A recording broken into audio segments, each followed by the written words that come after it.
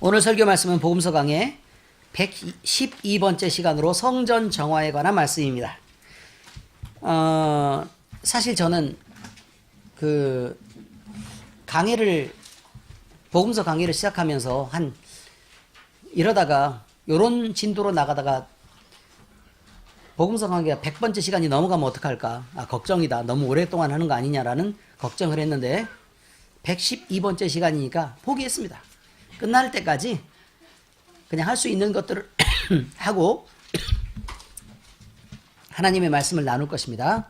그때 은혜 받으시고, 또 성경 말씀이 이런 식으로 하면 또 나머지 강의들 할 때도 시간이 엄청 오래 걸릴 거 아니에요. 그죠? 궁금하시면 오래 사시면 됩니다. 건강하게 오래 사셔서 많이 들으면 되기 때문에 너무들 이렇게 불편해 생각하지 않으셔도 괜찮습니다. 또 교인 숫자가 늘어나면 우리 교회가 막 수요 예배도 드리고 막 이렇게 하면 또 그때도 또 다른 거 이제 주제로 이렇게 강의를 하고 이렇게 하니까 마음이 급하신 분들은 뭐 지금도 잘 소화가 되는지는 잘 모르겠지만 마음이 급하신 분들은 어쨌든 열심히 기도하시면 뭐 가능한 때에 그 예배들이 더 많이 열릴 걸로 그렇게 생각을 하고 있습니다. 자, 오늘 말씀은 예수님이 예루살렘에 입성하신 후에 첫 번째 하신 일, 그러니까 예루살렘에 입성하는 날이 하루, 그다음에 그 다음 날에 이제 성전 정화를 하는 그 사건들이 나와 있는 말씀입니다. 저번 주에는요, 성전이란 하나님을 모신 곳이어야 한다. 성전에 하나님이 계시지 않으면 무슨 그것이 성전이겠느냐라는 말씀을 드렸습니다. 그러므로 하나님이 계신다면 마땅히 경건해야 하고, 성전은 마땅히 깨끗해야 하고, 또 성전은 하나님을 속일 수 없기 때문에 그 성전 안에서는 늘 진실함이 있어야 한다라고 말씀드렸습니다. 그리고 또한 우리 마음 중심에 예수님을 모셔드린 우리 자신이 성전이라면 나도 성전답게 경건하고 깨끗하며 진실해야 한다는 말씀도 함께 나눴었습니다. 그런데 사람들의 마음은 워낙 부패하고 더러운 것이라 하나님을 모신 성전에 세상 것들을 불러들이고 또 그리고 그것들로 채워 넣어 놓습니다. 예수님은 이런 성전의 상태를 지적하십니다. 그리고 깨끗하게 하실 것을, 깨끗하게 정화시킬 것을 요구하고 계십니다.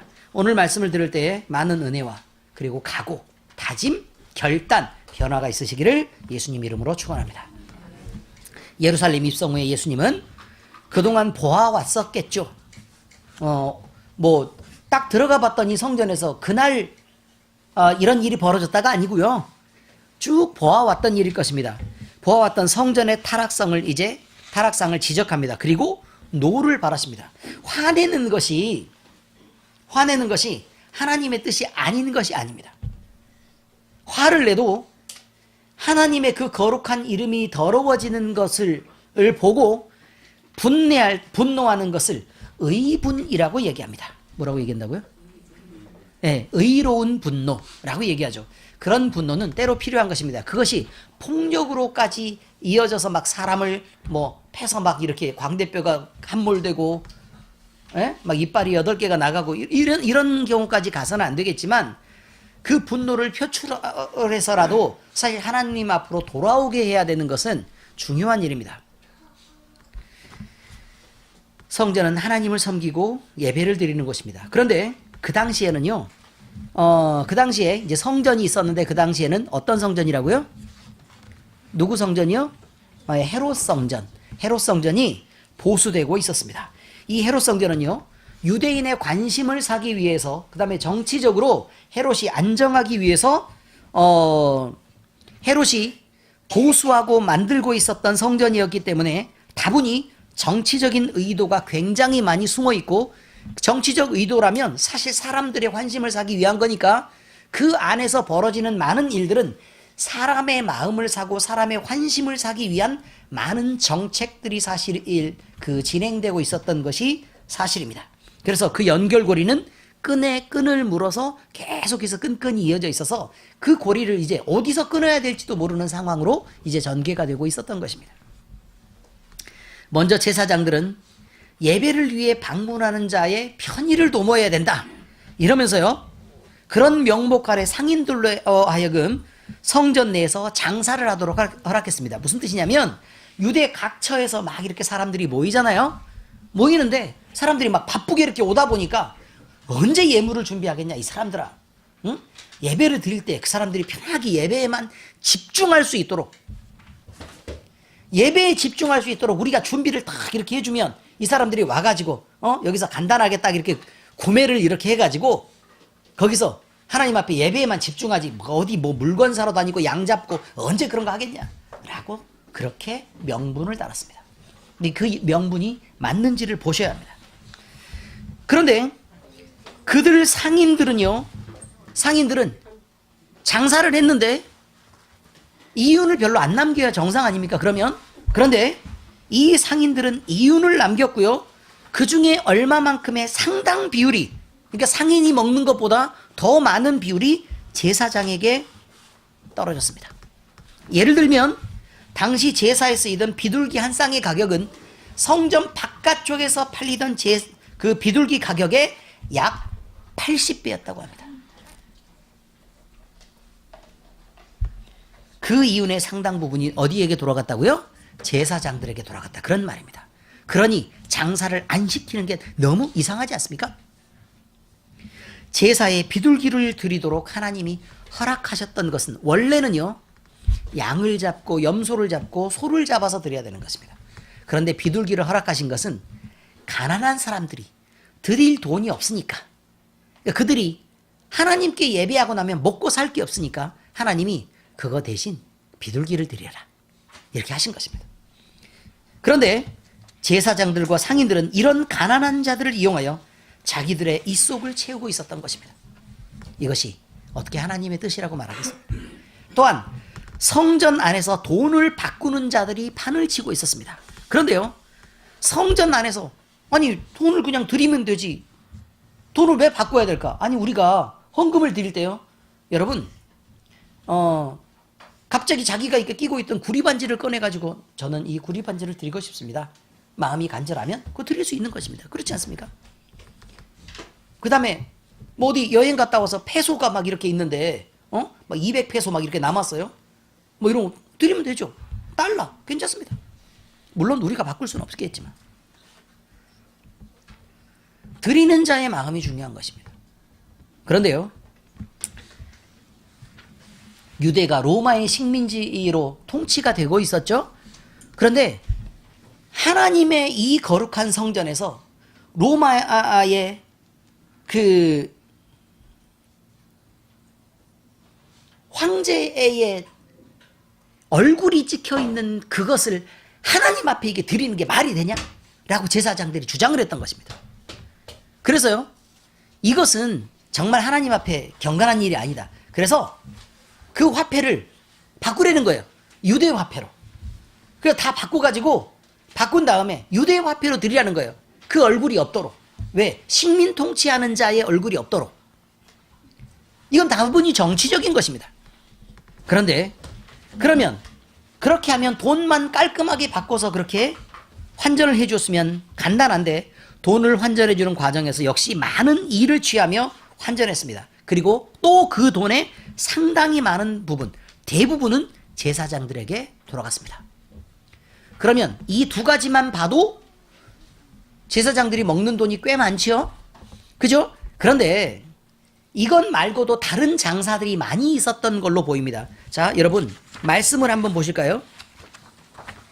예수께서 성전에 들어가서 성전 안에서 매매하는 모든 사람들을 내어 쫓으시며 돈 바꾸는 사람의 상과 비둘기 파는 사람들의 의자를 둘러 엎으시고, 그러니까 상을 엎고 의자를 둘러 엎은 것은 돈 바꾸는 사람과 비둘기 파는 사람 뿐이었고 다른 매매하는 모든 사람들이 성전 안에 있었다 라고 성경은 얘기하고 있는 것입니다. 의미를 아시겠습니까? 그러니까 대표적으로 그냥 그랬다는 것입니다. 자, 예수님은 이처럼 하나님을 예배해야 되는 성전 안에서 더러운 이를 탐하며 환전하고 매매하는 모든 자들을 내어 쫓으셨습니다. 그런데 매매란 파는 자들만 얘기하거나 사는 자들만 얘기하는 게 아닙니다. 여러분이 생각할 때는, 그냥 우리가 쉽게 생각할 때는 장사꾼들을 내어 쫓았다라고 여러분이 생각할지 모르나 매매하는 모든 자들을 내어 쫓았다라고 얘기했으니까 거기서 파는 자들이나 그곳에서 사는 자들을 모두를 내어 쫓았다 이런 말입니다. 그러니까 예수님이 생각할 때는 말이죠, 제사장들만 잘못한 것도 아니고 파는 장사들만 잘못하고 있는 것도 아니라고 보이는 것입니다. 누구도 잘못됐다? 그곳에서 사는 자들도 잘못됐다. 그것을 이용하는 자들도 잘못되어 있다 라고 지금 얘기하는 것입니다. 이것을 알면서도 이용하는 사람들은 대부분 하나님께 드리는 예배의 소중함을, 또 예물의 소중함을 대부분 간과하고 그저 편리함만을 추구하는 사람들이었습니다. 여러분, 하나님 앞에 드리는 어린 양이 미리 준비되어야 됐다는 걸 여러분 배우셨죠? 그날 와서, 그날 양 끌고 와서 잡아가지고 예배 드리는 거 아니죠? 자, 읽어드리겠습니다. 출애굽기 12장 3절에서 6절입니다. 뭐 찾으실 분들은 찾으셔도 좋습니다. 출애굽기 12장 3절에서 6절. 출애굽기 12장 3절에서 6절. 구약성경 맨 앞쪽에 있죠. 창세기, 출애굽기 이렇게 있으니까요. 12장 3절에서 6절 읽겠습니다. 너희는 이스라엘 온 회중에게 말하여 이르라. 이달 열흘에 너희 각자가 어린 양을 잡을지니 각 가족대로 그 식구를 위하여 어린 양을 취하되, 그 어린 양에 대하여 식구가 너무 적으면 그 집의 이웃과 함께 사람의 수를 따라서 하나를 잡고 각 사람이 먹을 수 있는 분량에 따라서 너희 어린 양을 계산할 것이며, 너희 어린 양은 흠 없고 1년 된 수컷으로 하되, 정해졌죠? 양이나 염소 중에서 취하고 이달 열 나흔날까지 간직하였다가 해질 때 이스라엘 회중이 그 양을 잡고, 이렇게 되어 있습니다. 자, 여러분, 언제 양을 끌어오라고요? 언제요? 열흘에요. 열흘에. 그리고 잡는 건 언제 잡으라고요? 열 나흔날에. 그러면 며칠 동안이 그냥 계속 양은 묶여 있어야 돼요? 10일부터 시작해서 11일, 12일, 13일, 14일, 만 4일이 지나서예요. 만 4일이 지나서까지 양은 준비되어 있어야 합니다. 그런데 그동안 사람들은 양을 쳐다보고 있겠죠. 그렇지 않습니까? 양을 쳐다보고 있겠죠.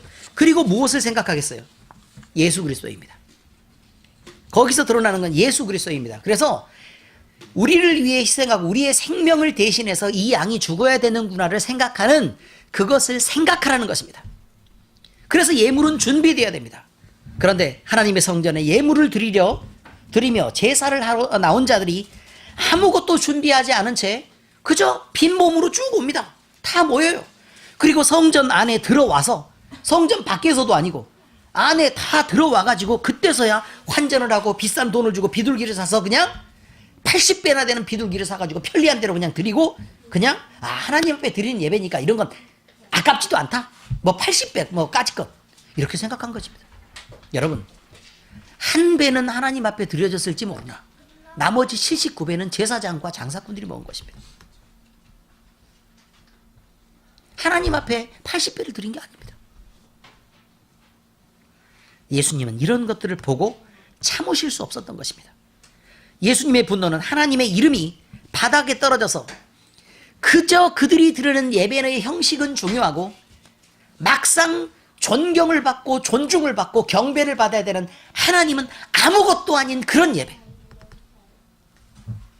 드리는 사람들만 회복을 원하고, 드리는 사람들만 복을 원하고, 드리는 사람들만 축사를 원하는, 그리고 하나님은 그저 심부름꾼이나 뭐 돈 조금 받았으니까 자 이제 하세요. 그러면 열심히 귀신도 쫓아내주고 원하는 복도 갖다 줘야 되고,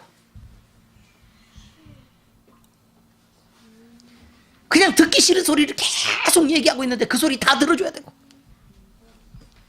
그게 하나님의 입장이었다는 말입니다. 어떻게 하나님의 이름이 바닥에 떨어지는 그런 예배를 예수님이 용납할 수 있겠습니까? 예수님은 성경 이사야서의 말씀을 이용해서 성전이란 이러해야 한다라고 말하고 있습니다. 이사야서 56장 6절에서 7절에 나와 있는 말씀을 보니까요, 또 여호와와 연합하여 그를 섬기며. 어떻게 하라고요? 연합하란 말이에요. 여호와와 연합하는데 그럼 연합하려 그러면 붙어야 되잖아요. 그렇죠? 붙어야 돼요. 그런데 붙는 방법이 둘이 중간에서 만날 것이냐, 이쪽에서 만날 것이냐, 이쪽에서 만날 것이냐 라는 거예요. 어디서 만나야 되죠? 우리가 하나님 편으로 나아가야 된다라고 성경은 끊임없이 얘기하고 있습니다. 그런데 아주 많은 사람들이 나는 거기에 가만히 머무른 상태에서 하나님이 이쪽으로 오세요. 얼른. 그것까지 가는 건 좀 힘드니까 이렇게 말한단 말입니다. 아니면 중간에서 대충 이렇게 가까운 거리에서 그냥 나도 조금 갈 테니까 하나님도 이렇게 와가지고 대충 만나면 안 돼요? 이렇게 얘기하는 거죠. 아니요. 하나님을 만나는 방법은 우리가 그의 존전으로 나아가는 것입니다. 여호와와 연합하여 그를 섬기며 여호와의 이름을 사랑하며 그의 종이 되며 안식일을 지켜 더럽히지 아니하며 나의 언약을 굳게 지키는 이방인마다. 누구라고 지금 얘기하죠? 이방인이요. 이렇게 얘기하니까 유대인인 줄 알았죠? 이방인 얘기예요. 이방인 얘기. 다시 읽어드릴게요. 이방인은 이방인인데 여호와와 연합하는 이방인. 그래서 그를 섬기는 이방인. 그래서 여호와의 이름을 사랑하는 이방인. 그리고 그의 종이 되기를 기뻐하는 이방인. 그리고 안식일을 지켜 더럽히지 않는 이방인. 나의 언약을 굳게 지키는 이방인마다. 내가 곧 그들을 나의 성산으로 인도하여. 어떻게 한다고요? 하나님이 끌고 가시겠단 말이에요. 우리에게 오신다는 얘기가 아니고 하나님이 끌고 가셔서 기도하는 내 집에서 그들을 기쁘게 할 것이며 그들의 번제와 희생을 나의 제단에서 기꺼이 받게 되리니 이는 내 집은 만민이 기도하는 집이라 일컬음이 될 것입니다. 성산과 성전을 얘기하고 있는데, 그런데 그 앞에 누구에게 얘기했다고요? 이방인에게요. 하나님 없이 살던 자들에게, 하나님께 속할 자격이 없는 자들에게, 복음에서 외인이었던 자들에게 그렇게 얘기하고 있습니다. 여러분, 그런데 우리는 6절이 목적이 아니라 7절이 목적이란 말이에요. 내가 곧 그들을 나의 성산으로 인도하여 기도하는 내 집에서 그들을 기쁘게 할 것이다. 내 집에서 그들을 기쁘게 할 것이다. 하나님의 교회에서 너희들이 만족을 찾게 한다. 이런 말이 들어있는데, 근데 웬만하면 나는 그 안에 들어가기는 싫고 하나님은 나를 기쁘게 해줬으면 좋겠는 거예요. 아니요. 택도 없는 일이에요. 그들의 번제와 희생을 나의 제단에서 기꺼이 받게 되리니. 무슨 말이죠? 그들이 예배하는 것을 내가 보겠다. 그 예배를 받아주겠다. 그들이 헌금하는 것을 내가 받아주겠다.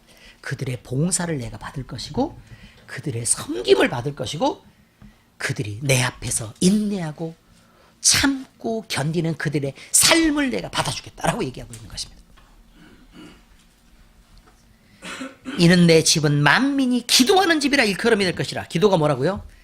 하나님을 만나서 이야기하는 것이죠. 하나님을 만나서 이야기하는 것. 여러분이 만약에 여기에 대한 개념이 잘 없으시면 지난 금요 설교를 들으시면 기도는 어때야 되는 것인가를 여러분이 알게 됩니다. 반복해서 들으시기를 바랍니다. 자, 여러분, 그렇습니다. 하나님의 성전은 이래야 합니다.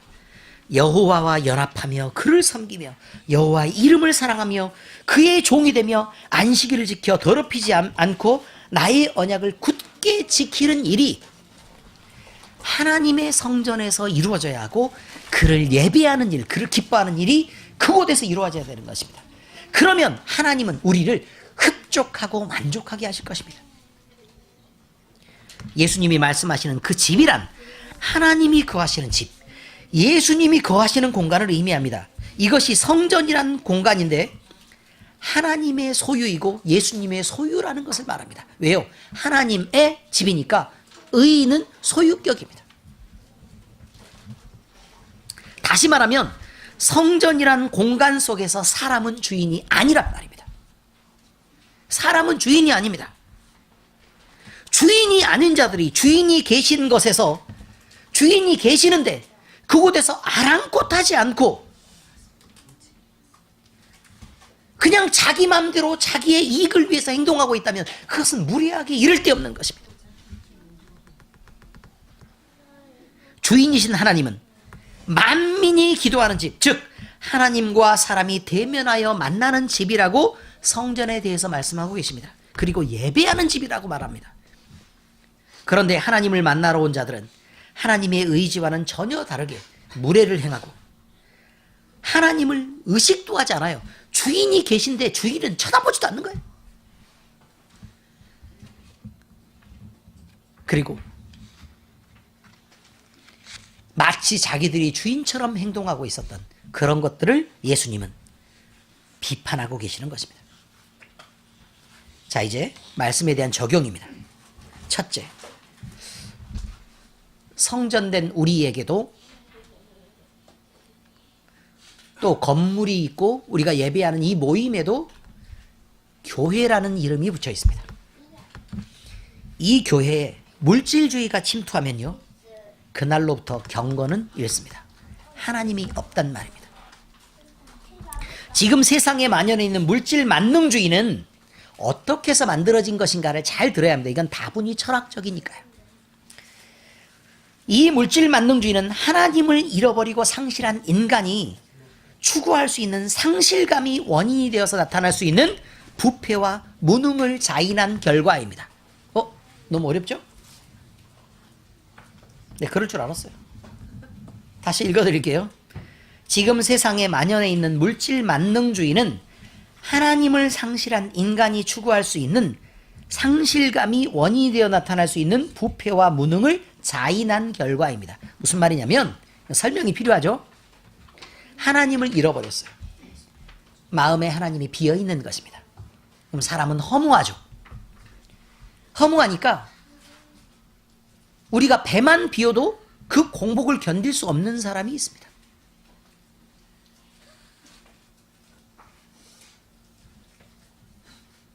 그렇지 않습니까? 그래서 너무 배가 고파서 뭐라도 먹어야 되는데 막 눈이 불을 켜요. 공복을 견뎌야 날씬해지는데 그걸 견디지를 못하는 거예요. 뭐라도 오이라도 채워져 있어야 되는 거예요.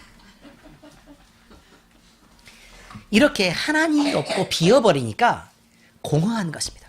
외롭고 쓸쓸하며 무엇으로도 그게 메꿔지지 않는 것입니다. 그러니까요, 너무 허무하죠. 그리고 뭘 해도 만족이 없고 상실감이 느껴지는 것입니다. 그러니까요, 이것이 원인이 되어서 다른 무언가를 영혼의 만족을 위해 채워보려고 길을 쓰고 이걸 채우는 것이죠. 그죠? 근데 하나님은 우리 안에 들어오면 안 되겠고. 왜요? 애초에 버리려고 할 때 하나님을 떠나려고 작정했으니까. 그게 죄의 습관이니까 그렇습니다. 그게 속성입니다. 하나님은 안 되겠고 다른 것으로는 뭐든지 채워오면 될 것 같은데 아무리 채워봐도 그게 채워지지 않는 것. 그래서 에라 모르겠다. 돈이라도 벌자 그럼. 이것이 그럼 그렇게 에라 모르겠다라는 것을 인정한 결과가 돈을 추구하게 되었다. 이런 말입니다. 다시 읽어드리겠습니다. 지금 세상에 만연해 있는 물질 만능주의는 하나님을 상실한 인간이 추구할 수 있는 상실감이 원인이 되어서 나타날 수 있는 부패와 무능을 스스로 인정한 결과입니다. 이제 대충 이해가 되셨습니까? 너무 어렵기는 하죠. 사람들은 자기를 만드신 하나님을 부인하고 마음으로부터 하나님을 밀어낸 후에 시간이 점점 지나면서 자신의 존재와 정체성에 관한 질문들을 계속 던지며 그럼 나는 뭐야? 그럼 나는 뭐지? 나는 아무 의미도 없는 것인가? 나는 자기라는 존재가 가지는 가치에 대하여 의미를 부여하려고 애를 쓰는데도 그게 안 되어왔던 게 사실입니다. 그 결과 사람들은 다른 수단을 동원해서 사람은 무엇인가를 얘기하고 싶었던 것입니다. 이것이 과학입니다. 그 결과 사람들은 과학이라는 하나님을 대체할 눈에 보이는 수단, 내가 만지고 직접 체험할 수 있는 육신의 눈으로 볼 수 있는 그런 수단을 가져와서 사람의 존재에 대한 의미를 설명해 보려고 애를 썼습니다. 그리고 과학의 발전은 실제로 인류를 더 많이 부자로 만들어줄 것처럼 보였고, 더 많이 행복하고 더 완벽한 밸런스를 유지해 줄 거라고 생각했습니다. 과학이 발전하면 더 이상 싸우지 않아도 되고 궁핍을 느끼지 않아도 될 거라고 믿었던 것입니다. 그런데 과학의 발전은 죄의 결과로 나타났다는 그 모든 사람이 만나야 되는 그 공포, 죽음으로부터 그것을 극복할 수 있을 것이라고 생각하고 또 그 일을 위해서 노력해 왔는데 연금술은 다 거짓말이었고, 사람을 살릴 수 있다는 과학의 연구를 계속하니까 염색제 끝에 텔로미어라는 그 꼬리가 붙어 있어서 시간이 지나면 점점 짧아져서 그게 없어지면 무조건 죽을 수밖에 없다는 걸 결국 발견하게 되는 것입니다. 결국 예수님 이후 사람들은 이것에 매달려서 사람이 영원히 사는 것, 질병을 극복하고 조금이라도 더 오래 살아서 난 행복할 거야 라고 얘기했던 그것에 1000년 이상의 시간을 보내면서 지금까지도 그 가능성을 찾아 헤매고 있었던 것이 사실입니다. 지금도 그런 허무 속에 빠져 있는 사람들이 대부분입니다. 그런데 하나님 대신 행복을 줄 수 있을 것이라는 과학의 발전이 끌고 온 결과들을 한번 보기로 하자, 그 말입니다. 이 발전은 온 인류를 힘의 경쟁 속에 밀어넣었고 결국은 누가 더 세냐에 대한 경쟁을 하게 됩니다. 그래서 전쟁의 위협에 시달리게 했습니다. 강한 나라는 약한 나라를 통제하고 압제하려고 애를 쓰고, 그들이 행하는 무자비와 그 공포들은 결국 더 약한 나라들을 더 크게 희생시키는 결과들만 끌고 온 것입니다. 과학의 발전은 더 넓은 지역을 지배하게 했지 더 넓게 행복하게 한 것이 아닙니다. 힘을 가진 자들은 힘이 없는 자들을 정복하려고 합니다. 그리고 착취합니다. 더 많은 것을 누리려고 혈안이 되었습니다. 여러분, 영국이, 스페인이 힘 있을 때 어떻게 했죠? 식민지 일을 더 많이 만들고 더 많은 부를 끌어들이기 위해서 기를 썼습니다. 요즘에 가장 힘센 나라가 어디죠? 미국이 제일 힘이 세죠? 뭐 하고 있어요 지금? 전 세계를 지 맘대로 지배하려고 모든 사람들이 협의해서 만든 모든 규칙을 미국은 지키지 않습니다. 자기 마음입니다. 중국도 기운 없을 때는 아무 말도 안 하고 있다가 최근 들어 힘이 좀 생겼죠? 물론 그것이 중국의 지나친 투자와 대출 때문에 그것이 오래가지 않을 것이라는 예상이 대부분입니다. 2, 3년 안에 중국은 대단히 위험한 상황이 됩니다. 모든 경제학자들이 그렇게 예상하고 있습니다. 그런데요, 막상 힘이 있어지니까 뭐 하고 있어요 지금? 그럼요, 갑질을 일삼고 있습니다. 다른 사람들을 벌벌 떨게 합니다. 부자가 있는데요, 부자가 있으면요, 그 옆에 있는 사람들이 부자가 떨어뜨리는 콩고물을 먹고 살아야 그게 의미가 있는 거잖아요. 부자가 되는 의미가. 근데 부자가 쭉 되면 옆에 있는 것들을 쭉 빨아가지고 자기만 부자가 되고 나머지는 다 가난해 죽어가고 있는 거예요. 말라서. 이것이 인간이 가진 죄의 공포감입니다. 그런데 더 많은 것들을 누리려고 혈안이 되어 있는 이런 자들은 그들의 욕심을 멈추지 않습니다. 사람의 욕심은 끝이 없고, 그래서 땅에 남겨진 모든 자원들을 모조리 싹쓸이해서 써버리려고 합니다. 지금 여러분의 후손들은 여러분을 생각하지 않는 것입니다. 나무는 베다 쓰면 심으면 됩니다. 그러나 석유는 캐서 쓰면 없습니다. 길게 남아봐야 60년껏 남았습니다. 여러분의 다음 세대는 괜찮아도 그 다음 세대는 석유가 없습니다. 귀한 금속들을 모조리 다 캐다가 이것저것 만드는데 다 써버립니다. 지금의 문명을 즐기기 위해 다음 세대들이 당해야 될 고난을 전혀 생각하지 않습니다. 원자력 발전을 합니다. 그 남은 폐기물은요, 완전히 분해되는데요, 최소 10만 년에서 100만 년까지 걸립니다. 인류에 존재한다는 그 진화론자들이 주장하는 인류의 존재 시간보다 더 깁니다. 그런데 우리가 쓰고 나죠. 남은 아이들에게는요, 쓰레기를 처리하는 비용이 계속해서 지불이 돼야 됩니다. 다음 세대도 그 다음 세대도 그 다음 세대도 쓰면 이렇게 쓰레기가 늘어날 거 아닙니까? 그죠? 그러면 모든 돈을 쓰레기를 치우고 쓰레기를 관리하고 그 오염된 세상에서 사는데 우리의 자녀들은 다 그렇게 살아야 합니다. 이게 지금 우리입니다.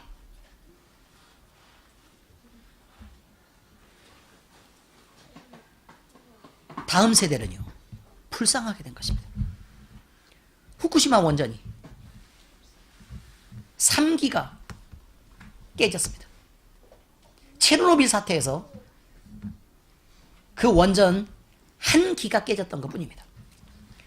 1기가 깨졌을 때 체르노빌 그 전체 일대는요, 모조리 다 죽음의 땅이 되었습니다. 지금도 회복이 안 됩니다. 그런데 후쿠시마는 3기가 깨졌습니다. 체르노빌에서는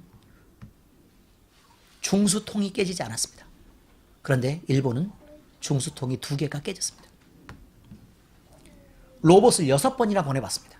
그 구멍에 너무 뜨거워서 다 녹아버리고 사진 한 장도 구할 수 없었습니다. 지금 그렇습니다. 상태가 그렇습니다. 6년이 지난 지금도 그쪽에 로봇을 놓죠? 로봇은 채 1분을 견디지 못하고 녹아버립니다. 한 장의 사진도 못 보내줍니다.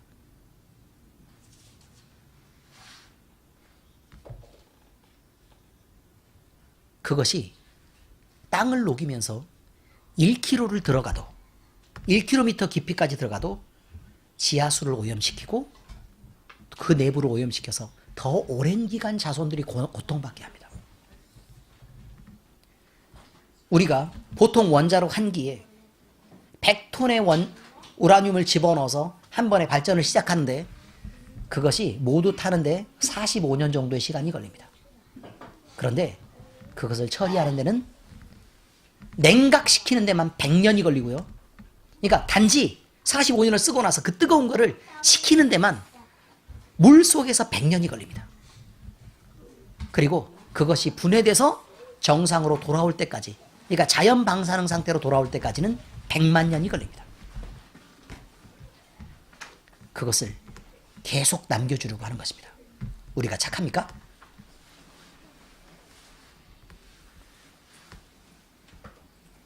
어떻게 우리가 착하다고 말할 수 있습니까? 어디에 묻혀 있어도 우리 자손들은 이 방사능의 위험에서 안전할 수 없습니다. 콘크리트 옹벽을 만들어 가지고요, 두껍게 쌓아 가지고 그거 넣어놓으면 되지 라 그래서 콘크리트 옹벽을 칩니다. 여러분, 100만 년 가는 콘크리트가 어디 있어요? 한 40년 가면 콘크리트가 다 푸석푸석 깨지겠죠. 그러고 나면요, 나머지 100만 년은요, 근처에도 못 가고 죽습니다. 지금은 안전하다고요? 다 사기꾼들입니다. 악하고 죄에 물들어 있어서 그렇습니다. 절대로 믿으시면 안 됩니다. 하나님 대신 과학의 발전이 사람을 행복할 수 있습니까? 지금 당장 그렇게 보이는데요, 온 인류를 죽이는 일입니다. 핵의 위협, 자원의 고갈, 자연의 파괴, 환경오염, 이런 것들은요, 우리의 이기심 때문에 결국 우리가 불러온 일들입니다. 과학은 극소수의 사람에게 편리함을 가져다 주었습니다. 그러나 모두에게 행복을 가져다 줄 수 없다라는 것쯤은 우리가 바보가 아닌 이상 다 알고 있습니다. 우리가 빨래 건조기 사는 순간 행복합니다. 그러나 나흘이 지나면 그것 때문에 귀찮아지고 힘들어집니다. 하나님 없이 유일하게 기댈 수 있었던 그 합리적 대안이라는 그 과학이 사라져버린 지금 인류는 극단적인 허무, 극단적인 상실감에 빠져 있습니다. 누구도 믿을 수도 없고 어떤 사람도 옳지 않습니다. 그동안 계속 옳은 것을 주장해왔던 내 부모도 옳지 않다는 걸 결국 발견하게 된 거고, 사람들이 이것이 바람직하다라 그래서 그게 진짜로 옳아요? 그럼 제가 투표해 드릴게요. 그래서 대통령 만들어 놨더니 그 다음 날부터 후회막심합니다. 물론 딴 사람을 뽑아도 마찬가지입니다. 사람에게 희망이 없다는 걸 말하고 있는 것입니다. 이렇게 극단적인 허무와 상실감에 빠져 있고 어떤 희망도 가질 수 없는 시대에 우리가 살고 있는데, 이런 극단적인 허무와 상실감에 빠진 세대에 살고 있는 그 속에 쌓여 있는 사람을 철학적 용어로 현대인이라고 정의합니다. 현대인이란 여러분이 그냥 현대인들은 이라고 그냥 써지면, 현대인들은 써지면 현대에 살고 있는 사람을 말하고 있는 게 아닙니다. 이 시대에 살고 있는 사람은 이라고 얘기하면 그건 이 시대에 살고 있는 사람이지만, 현대인이라고 용어를 사용했을 때는 그것은 극단적 허무와 상실감에 빠져 있는 사람을 의미하는 것입니다. 이 현대인들은 결국 하나님 잃어버린 자리에 어떤 것도 채울 수 없었습니다. 그리고 절대 진리를 이미 상실하고 말았습니다. 물질은 하나님을 밀어낸 자리에 충분히 채울 수 있었던 가장 중요한 대안이라고 믿었던 사람들이, 그러나 이 대안이 우리에게 분명한 실패를 보장한다는 사실도 인정할 수밖에 없고, 그리고 그 사실은 이미 증명되기도 했습니다. 그럼 우리는 인류가 하나님을 버리고 망해버린 전철을 따라 걷는 어리석음을 반복하지 말아야 할 것입니다. 우리는 하나님의 자녀이며 우리는 예배하는 그리스도인입니다. 베드로전서 2장 5절에 너희도 산돌같이 신령한 집으로 세워지고 예수 그리스도로 말미암아 하나님이 기쁘게 받으실 신령한 제사를 드릴 거룩한 제사장이 될지니라. 그러니까 우리는 하나님을 잃어버리면 안 된다 그 말입니다. 우리 마음속에 반드시 하나님이 계셔야 된다 그 말입니다. 세상이 줄 수 없는 것들이 채워집니다. 세상이 줄 수 없는 만족들이 채워질 것입니다. 이것이 첫째였습니다. 둘째는요, 물질에 대한 탐심은 반드시 그 결과로 교회의 타락을 가져옵니다. 그럼에도 불구하고 물질만 쫓겠다는 사람을 만류할 방법은 없습니다. 그는 이미 하나님을 내 마음에서 버리고 거기에 물질을 담기로 작정한 사람이기 때문에 그렇습니다. 하나님이 이 땅에 교회를 세우실 때는 예수 그리스도의 거룩한 희생과 순결한 피로 세우셨다는 것을 지금 여기 들으시는 여러분 중에 모르는 사람이 없습니다. 그런데 그 은혜를 사모하여 교회를 들어온 사람들이 하나님을 비워내고 물질을 채우겠다는 것, 그 목적으로 신앙한다는 것은 참으로 서글픈 일이 아닐 수 없습니다. 어느 시대에도 물질을 탐하고 교회의 경건을 지켰던 예는 없습니다. 역사적으로 가톨릭 교회는 그리스도의 순결한 복음 아래 있었던 교회가 맞습니다. 원래는 그렇게 있었습니다. 그러나 그리스도의 섬김과 희생의 원리를 버리고 세상이 줄 수 있는 권세와 야합한 이유로 정치를 붙잡았던 그 이유로 가톨릭 교회는 오히려 순수한 신앙을 가진 그리스도인들을 잡아다 핍박하고 죽이는데 누구보다도 앞장섰던 교회입니다. 악마의 수족이 되었습니다. 이 시대의 교회들도 마찬가지입니다. 간단합니다. 결과가 어떻게 나타날 것은 미리 우리가 생각하지 않아도 괜찮습니다. 그런데 무엇을 잡느냐에 따라 결과가 어떻게 나타날 건 뻔하기 때문에 그렇습니다. 교회가 외형적으로 성장합니다. 돈이 많아집니다. 그러자 목회자들도 교회도 함께 타락한 길을 걸어왔습니다. 그렇지 않습니까? 그 대표적인 교회로 우리를 포함한 한국 교회가 있다는 것입니다. 우리를 포함한 것입니다. 한국 교회는 6.25 전쟁 이후로 먹고 살기도 어려웠던 때를 벗어나게 해달라고 새벽마다 나와서 무릎을 꿇고 울며 불며 하나님 앞에 매달렸습니다. 이 가난을 벗어날 수만 있게 해주신다면 하나님, 우리가 우리의 생명을 다해서라도 하나님을 섬기겠습니다. 절대로 하나님을 배신하지 않겠습니다. 하나님, 이 고통 속에서 우리를 벗어나게만 해주신다면 우리는 하나님의 사람이 되겠습니다.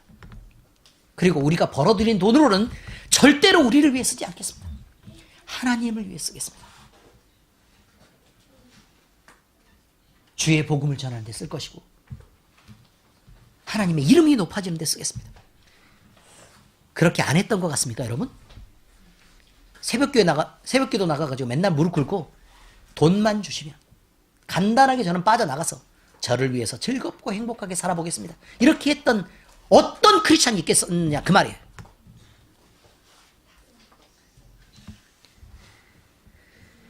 하나님은 그래서 우리에게 은혜를 주셨습니다.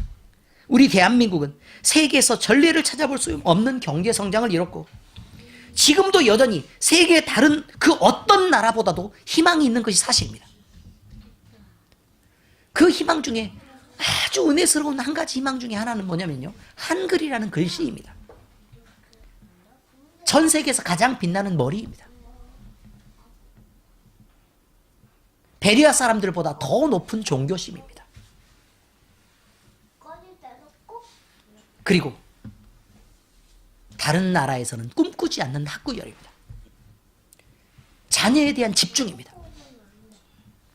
그리고 부지런한 것을 존중하는 많은 사람들의 마음입니다. 이것은 다른 어떤 나라에서도 찾아볼 수 없습니다. 더군다나 손끝이 세밀하고 모든 다른 나라에서 할 수 없는 창의적인 조합을 가진 머리를 가졌습니다. 전 세계에서요, K-팝 같은 창의적인 상품을 내놓을 수 있는 나라는 존재하지 않습니다. 여러분, 우리나라가 공학이 발달했잖아요. 기초과학 연구를 하지 않습니다. 왜냐면요, 가만히 기다리고 있는 것입니다. 왜요? 그거 돈 들어가니까요. 남이 먼저 만들기를 기다립니다. 그리고 그거 갖다가 더 좋은 상품을 만들어냅니다. 여기에 가장 특화된 기술을 가지고 있는 분이 송성기 집사님입니다. 어마어마합니다.